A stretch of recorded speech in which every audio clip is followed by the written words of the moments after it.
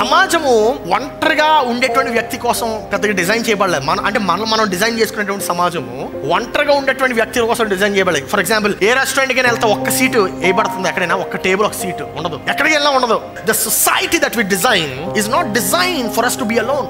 It is designed to make you convince and believe that it is not good for you to be alone. అది ఎలా design చేయబడిందంటే, నీ ఒంటరిగా ఉండడం మంచిదే కాదు, ఎవరితోనైనా రావాలి. నువ్వు ఒంటరిగా చక్కటి రెస్టారెంట్కి వెళ్ళి భోజనం చేసింది ఎప్పుడు? కొంతమంది అంటూ ఉంటారు, పాస్టర్ గారు నాలో అంత అర్హత లేదు పాస్టర్ గారు, నేను పొట్టిగా ఉన్నాను, నల్లగా ఉన్నాను, జుట్టు లేదు. You are hating yourself. నువ్వు ద్వేషించుకుంటున్నావు, అందుకే ఇతరులతో కూడా నీ యొక్క సంబంధం బాగుండట్లేదు. నీవు ద్వేషించుకోవడం ఎలా మానేయగలవు అంటే, నీవు తెలుసుకున్నప్పుడు. ఎప్పుడు తెలుసుకోగలవు అంటే, ఆ యొక్క ఏకాంతంలోనే తెలుసుకోగలవు. నువ్వు గ్రహించాలి. You should realise who you are. నీకు నీవు సరిపోకపోతే ఇతరులు నీకు ఎప్పటికీ సరిపోరు. Sometimes you need to allow others, but most of the times you need to be with yourself. ఆ యొక్క ఒంటరితనంలో దేవునికి అనుమతి.